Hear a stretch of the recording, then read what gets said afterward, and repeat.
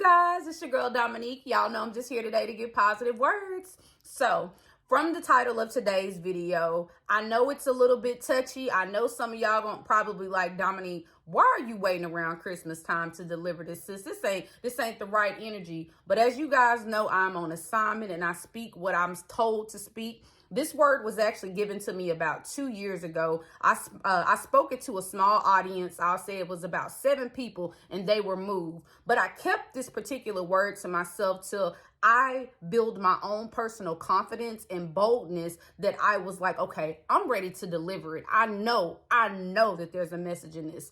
So I just want to say this respectfully. If you feel convicted, if you feel bothered by anything that I'm saying, I don't want you to shoot the messenger, okay? I'm just in alignment with my purpose. You need to take that to God, or you need to take that to your next church meeting or whatever. I'm in my lane, baby, okay? Respectfully. So boom, let's dive in, y'all.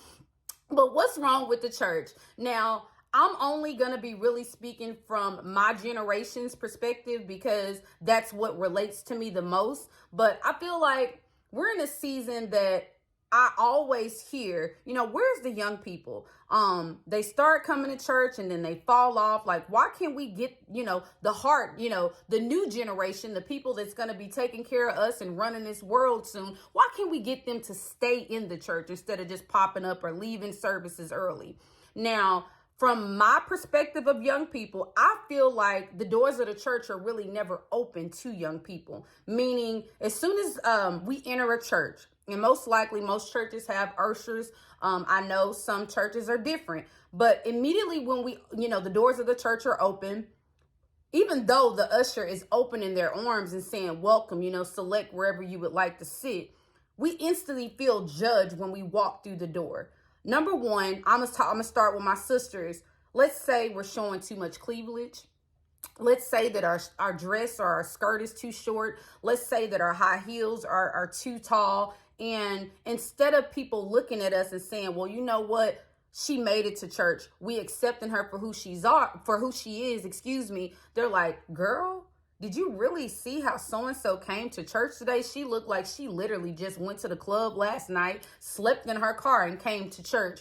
But they're not really looking at the bigger picture that if she did go to the club and if she did sleep in the car, she decided to go to church the next day. Maybe she was convicted that night, maybe whatever, but she made it. Now, for my brothers, I can speak for you guys. I feel like you guys are judged. Let's say that you haven't changed, your swag yet. Let's say you still swag, swag it out a little bit, meaning you sag. Let's say that, I don't know, you still, you smoke before you go to church. I'm going to just be real.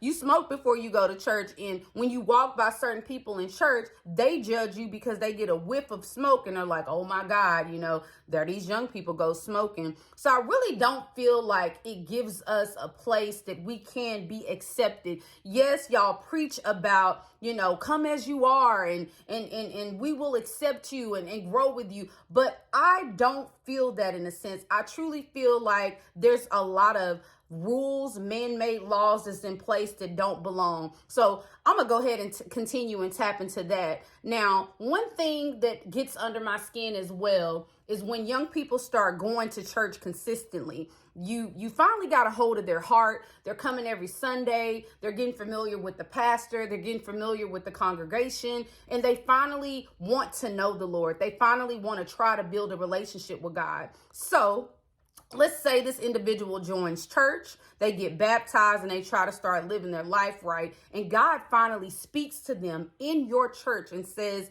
hey, this is what I want you to do. Or they have a desire in their heart that's like, God, I'm finally trying to live right. Like, this is where I feel like I'm called to serve. So, of course, you go to the pastor or the administration, the board, whoever is in control, and you tell them like, hey, like I'm on this path of getting to know the Lord. I'm finally a member. I would like to do this in your church. Well, depending on what church that you go to, it doesn't work that way. They'll give you a man-made law and say, well, you could do that, but you're not married, so we can put you over here instead. And to a young person, it instantly takes us out of church. It's instantly like we're judged. You know, it's like I did all this work to transition to be a better person, but now that I'm ready to serve, there's a wall and there's a man-made law telling me, well, you can't do this because, you know, you're not married. I don't feel like y'all should put certain laws into church. I really don't. I believe that if somebody wants to show up to church, they want to just build a relationship with God, let them build a relationship with God. My third thing, while we're getting good with this, because I know it's getting good now, y'all have to stop selling stuff. I feel like as soon as somebody do join your church, y'all have all these other extra expectations that doesn't even amount to really gaining a relationship with God. What are you saying, Dominique? As soon as you join a church, they have all these other laws that you have to do. Join a life group, join a group that you can grow with, join this. You're not really allowing people time to discover their purpose of what they want to do in church. You're basically telling them that now that you're a part of our church, this is what you have to do. Or you have to take these classes so you can prove to us that you are who you say you are. But when I sit back and I observe, I'll be thinking to myself, did God really tell these people to do this? Did God really tell them that they got to take this class? They got to do all this to prove themselves or just to be a part of this church? Or is this church just trying to control certain things? Is this church really trying to sell certain things?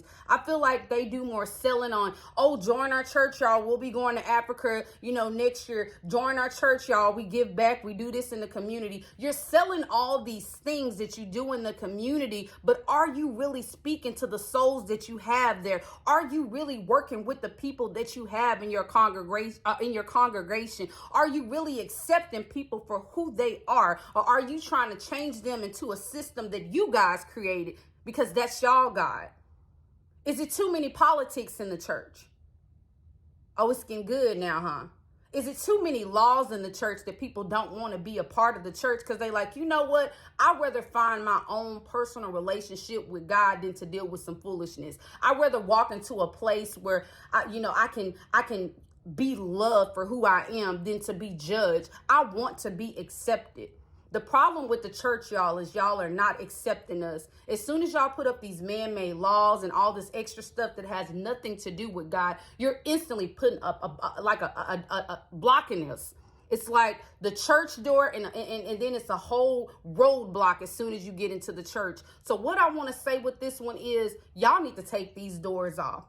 And don't let it go over your head by me saying this. Y'all need to remove your current doors off your church, because what's happening is the new generation, we got the new keys, baby. But when we go to put our keys in your church, we don't stay there because y'all are doing old things. Old things, I know y'all done heard it. Old keys don't open up new doors. So if you want to see something different, you got to try something different. If you want to connect to a new generation, you have to connect. You have to get on our level and understand where we're coming from. Because all that fake stuff that y'all used to do back in the day, all that, well, baby, you got to do this and you got to do that. We are already doing our own research, boo. We are already figuring it out. Oh, so they were told to say this, or, grandma or big mama, whoever been doing this since whatever, and this is just how they want things ran. But we're learning, oh, God is way bigger than what they're painting him out to be. Like, they're putting him in a small box that in order to worship God, in order to be this person, like, you have to walk this way, you got to dress this way, you got to take this class, you got to do this. Like, I understand certain things in church.